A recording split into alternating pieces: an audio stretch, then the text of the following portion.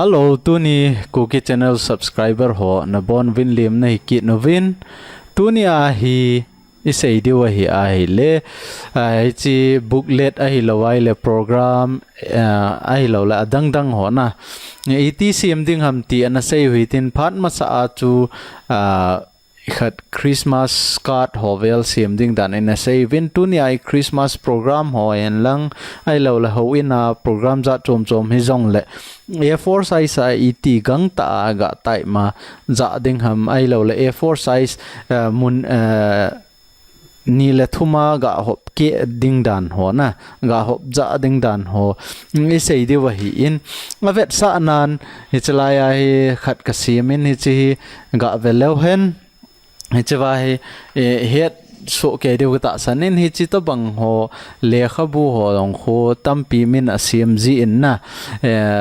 eta hi akika a hi chalaya khat vei ki hlep ma ba nai chalaya khat vei ki hlep le hi chi A4 size a hi in a hin la i hlep tiang le page ni page thum na anung lang to iga hisap ki nai le gup lang a hi ji ta in hi chi to bang chu iti sim ding ham ti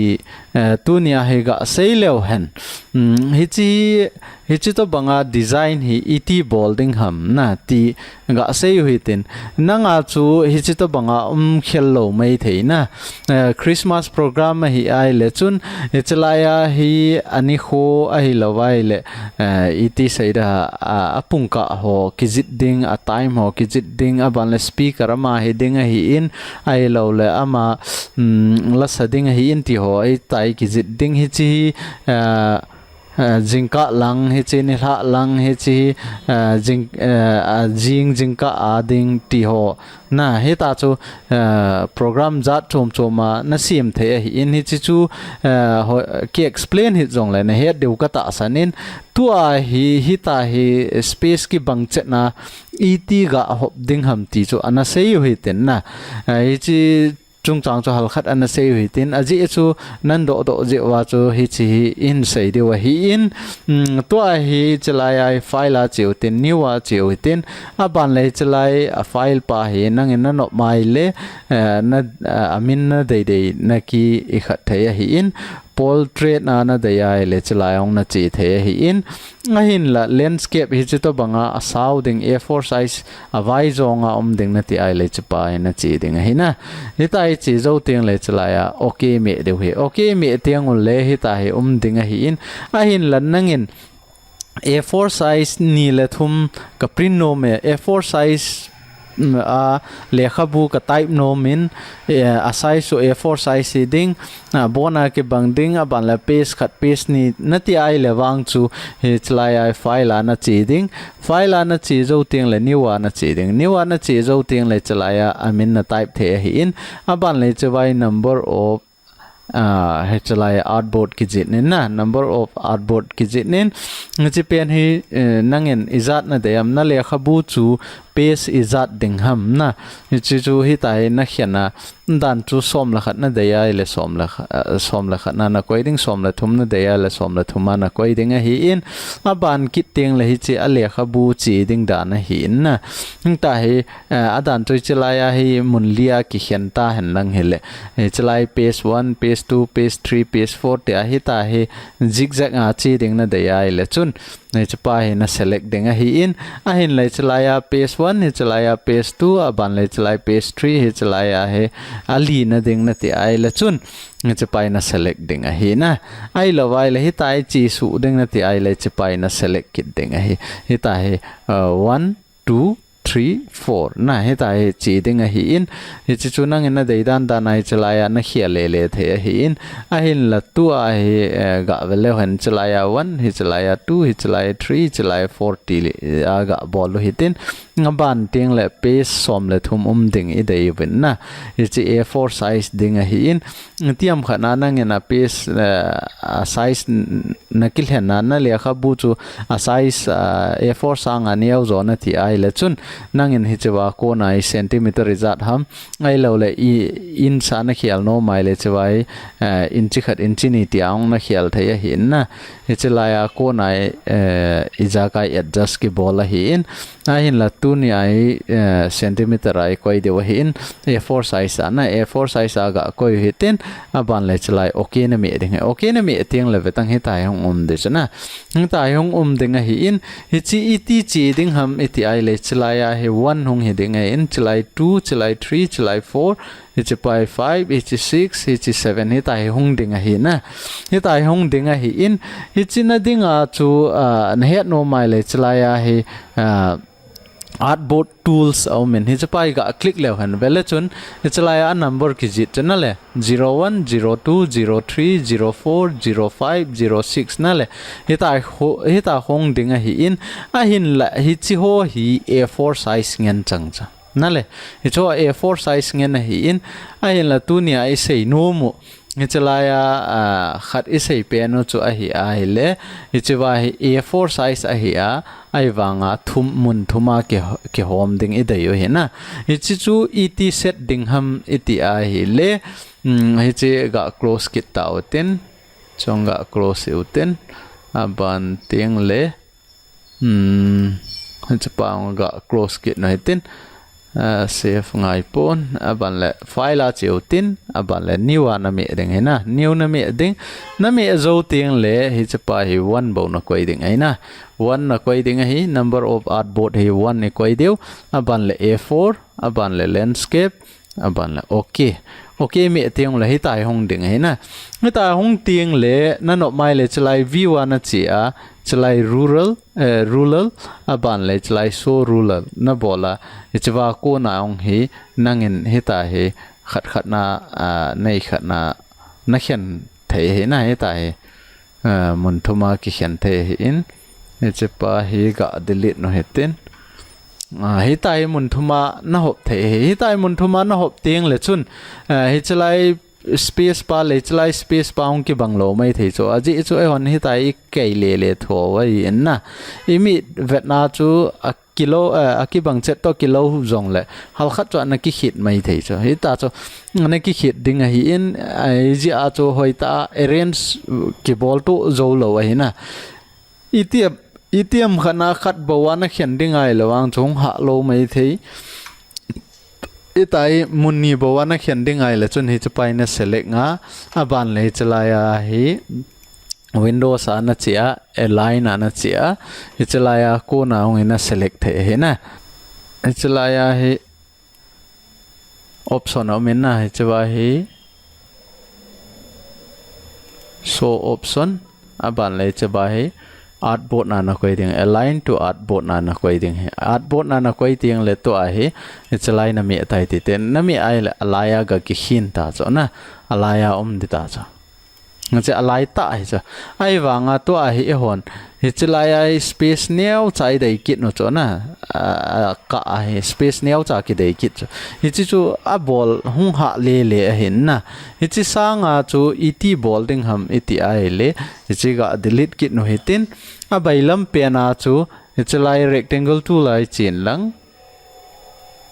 hi chalai ani nga pat na ho rectangle khat ga ajit no hitin hi chalai a he ki to chat na jit ding hi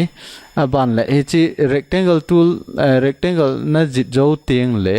to a hi rectangle is jit jo ting le to a hi e khana hi chi object ngai chi deu na object ngai chi deu object na click zo ting le anoi la ngai part na moding hi in part na click na ga e khat ting le ai chla anoi la nga omin ding split into group kiti khat omin hi chi me la chun hi chi option hong ding hi na hi chi option hong ting le hi chla ya hi number of column kiti na langa hi row hi lovin column langa hi vele chun hi chi ba hi 1 bawa ki jinen hi chi hi 2 ko yu hite na 2 ko yu hitin hi 4 2 ko yu hitin oh sorry hi chi chui nai lo hi chalai object ai chi deu aban la part nai chi deu aban la split group aban la preview preview na me ding he chi thumai koi deu hina ai tiam khana hi chi a4 size si hi chalaya ni gate na khen no mai le chewa ko naw na chi the hina chi gate na ta abana chi sanga tam zon na ti ong le ta na khen ja the hi a hin la tu ni ai sei no pe no chu a ro hi lovin a kolom si na a kolom si bol de hi in aban le tu ai mun thumai khen ta ve ai wa ngai chalai alai a hi gap ding hi chalai ong lai ai gap ding itiu cho na I de ai le to hi katara na hong ding hi chiwa hi spacing na pi ding hi 0.3 ong ha hone ai lo wai le 0.4 ko yu hitin aban ting le okay na me ding okay na me zo ting le to hi apolanga click le chun hi chi ho na mu lo de ta chana le ita ho ve le chun chi ke homin amalma ita he ke hom za ing he na ita ke hom za hi in hi chi chu na het thei deu ka ta sanin to hi view a cheutin so rural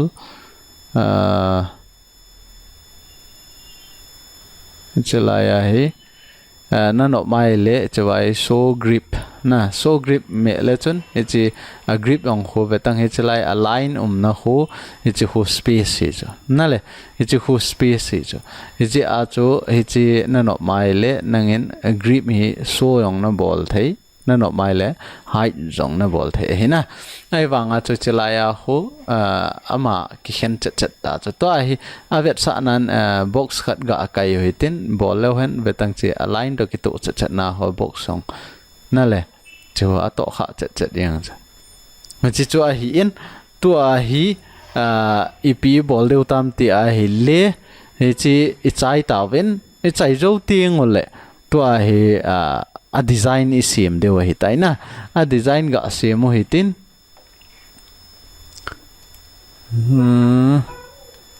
a style ga sim mo hitin hi chena ding a chewa hi rectangle tool lao tin chilai kona ga kai hite chawai grip ni hitin na kai tai diute ite ana kai zo ting la direct selection tool lan lang direct selection tool aban le chi double click ga bolin lang aban le ta na kai su ding he na ita na kai su zo ting le to a hi chapai select en lang a color na pi ding he na dei pen na a color na dei pen khat na pi the hi in he ta na pi zo ting le to a hi chapa hi right click bol lang transform ana cheding aban le reflect ana cheding le hi ta yong ding hi in hi ta yong ting le nang en na dei dan na hi achung langa ding na dei ham anoi langa vertical horizontal omin na dei dan na bolding aban le copy ne me ding copy ne me ting le ni ta chana ni mai le to a hi chlai che deu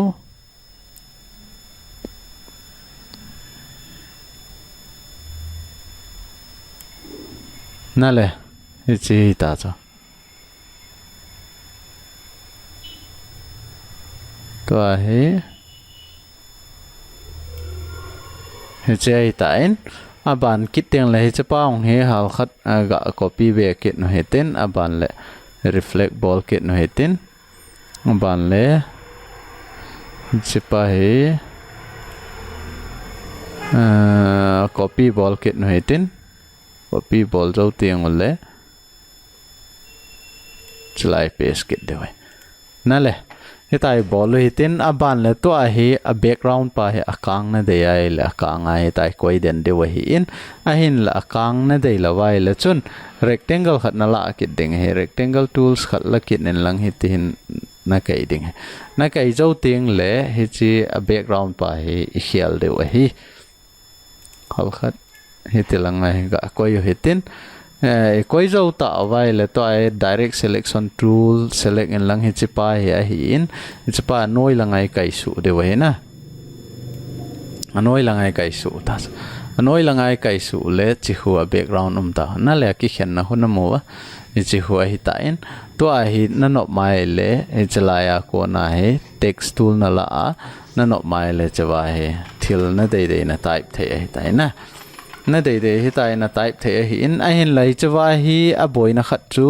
he type pe le chun hi chawa hi na type pe ai le lai pe ding a hi na he tai lai pe ding a hi in a hin la nang in hi chlai khial lo ding na ti ai le chun text hi na la ding a ban ting le chlai a box khat na sim the na text na la zo ting le hi chlai a hi nang in na no mai le box khat na ki sim the a hi mai ta ya box khat sim in lang aban le hi che box hi che a box to ki to chat na na fit ding ai ta box to ki to chat na fit ding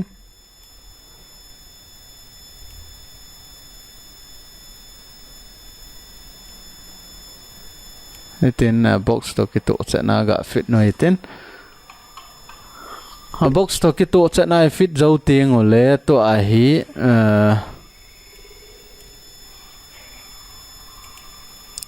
nanop no ma type zong le chon to ai mang ta lo ding a hi na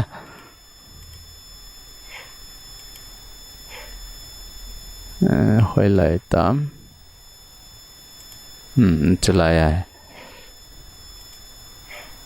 na le he chlai a hi nangin I to banga type zong le chon apolanga pot ta lo ding ai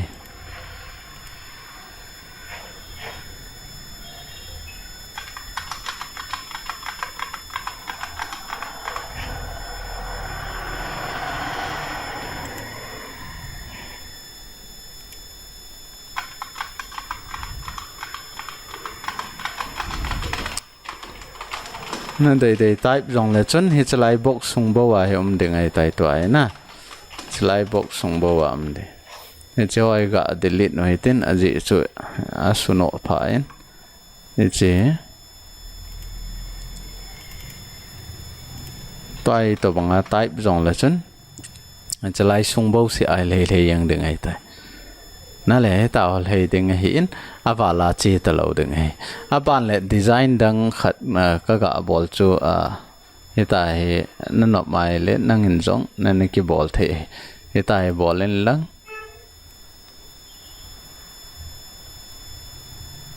chi chen hai tiu te aban le chawai rectangle tool khat lan lang hoi lai chan na kat nom ham he chi dung ju ya chana bol ding hi a ban ting la ani nia na select ding na select zo ting la windows a chen lang path finder lan lang he chawa path finder na la zo ting le he chawai sorry he chawa pa he na minus pi me le chun he ti khunung ding hi in hi ta ya ting le to a hi control C control V me la chun ama to bang khat hung ding hi in aban lai chi gong to ken la hi tai gol to en la na gol to zo teng le shift me en lang hi che na su neu ding ai na aban teng la control me ken lang C V aban kit teng lai chi koi kit no iten na koi zo teng le shift me en lang hi che na su neu kit ding ai aban teng le hi chapa a second pai na select ding hi chapa opposite hi 60 vela na koi ding aban le hi chapa opposite alien pen pa opposite hi 20 ai lo le 30 na koi ding he na ita chu ki sim hi na de ai la color zong na khial the he nangin ip color na de ham na hi chi tung ju ya cho na khial the he choyong he sorry hai chapang he a color ke banga koi hitin ban le chapang he a color ke banga koi ket no hitin ita hona ita chu kisema hi in apoimo pen chu adanga hi po in hichilaya aga hop khen dan chu na chi chu a hi in chi chu na he no mobile object aban le part aban le chalaya split into group ai na chi ding ai na chalai na chi ding aban ting le ita chu option khat hong in tin option a ko na chu na khial ding ai ne them ta wam to a hi alang khat na portrait na ga bol le han new a chiu tin aban ting le portrait na chiu tin hi ta he tai tiu te adung zonga na hi ta he to hi ro zonga ro lang pang hi na khian no mai le chun iti bolding ham iti ai le ne chawai rectangle khat create deu hi rectangle na create lo ai le chun hi thei lo ai na is a rectangle a size to ki to chana na bolding a size to ong ki to tiang le to a he object na cheding part na cheding split into group na cheding ichin nai khat zo tiang le to a hi column lang I su kha ta lo deu ichi a row lang zo a hi che deu he na a row lang zo a hi che deu abal preview me la chon hi se na moding a hi in tai thum he ta chana le thum ai zo tiang le to a hi spacing a khat cutter ga pick it noi ten 0.5 abal okay to ai thuma ke hom ta chana le to ai chalai na designer chalai ong na design ai le chun me ta cho hi tai na lep thei ta cho na le hi chi chu a hop da na hi in na het thiam deu ka ta sanin hi chi guideline na convert no mai le chun chalai view na cheding aban le chalaya guide na cheding guide na cheding le make guide bol le chun ipiham make guide aphat chom na ti ai le to align ki mo chana le injo ai sei pau chu hi chapa he align ki mo lo chana le align ki mo lo chapa ong hi nano mai le chun na bol thei chu hi tai select en lang nitin ga select ho hitin aban le chalaya he view a chiu tin guide na chiu tin aban le make guide bol lo han ai chapang a guide na mo chi ho green chiong hina no mai le view a chin lang aban le guide na chin lang aban le make guide bol la chun hi chapang na mo de hi chapang hina mo no mai le ki bang ve to a bol to bang wa to make guide na bol deng he make guide na bol ai le chun make guide e bol teng le ipiham ti le na he thiam deu ka ta sanin enjo wa chu chi kang chola na le to a hi abona chu guide na ki su gam ta chu guide na ki convert gam ta chu na vele chon chi ga bek lew han hi chi hu a hi na to a hi chi pa hi na select nga na no mai le chalaya ko na ong color na khial the a hi in a hin la hi chi guide na ki convert a hi phat na chu hi chi ki select thei ta lo chu na le hi chi pa ki bol thei ta lo chu na bolai rong le chi ta lo ri aji chu hi chalai hi guide na ki convert ta cha na le hi chi chu a hi in na het them deu ka ta sanin itiam khana chi guideline lo wa jong a paper ho bo hi ta chom ma ding ka de na ti ai le chun hi ta chuna bol the hi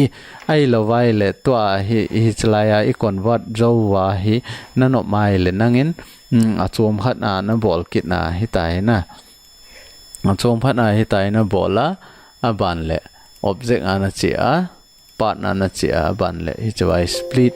na bola 1 2 3 na 3 na bol jo teng le to a hi chalai ka tara na chi kit ding 0.5 a hi in okay na bol ding hi okay na bol jo teng le to a hi selection na chi a hi chi hi a color na khial the hi blue na le hita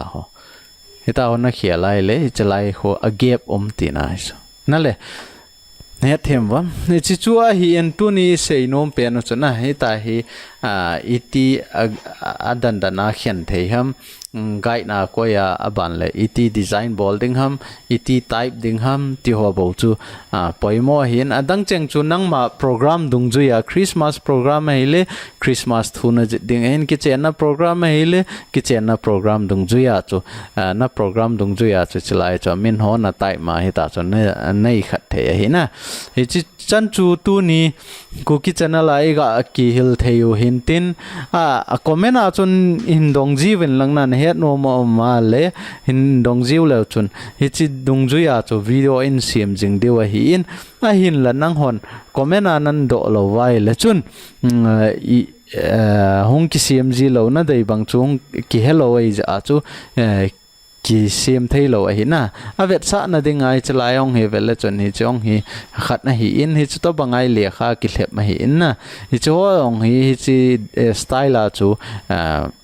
kisi ma hi in koi to bangam khat chun hi chi pi software na za ai chi to bangai kisi ma ti ai hi chi illustrator hi in illustrator hi phat masalanga ong chan na ki sei tai na download na ding ho chan ge aong a install ding dan ho chan ge aong ki sei zo hi tai na hi ja a chu na boilo de wa hi in aban le chalaya ekhat ichlaya hi thil khat ga vet sa kil leng ichlaya hi an do ji wa chana comment an ki do je a chu hi chilai vele chun A4 size landscape khat hi column ni so a booklet sim do ding dan nei hin hil chet pi thei ding ham ti a lam thang hau ki men na an comment je a chu tu ni a hi chi hi isei wa hi in booklet et ki sim ham ai lo wai le A4 size i to banga column thuma et ki sim ham ti chu tu ni hi chi lam thang comment na i hin don but now chu hin tin itiam khana nang hon jong question na nei wa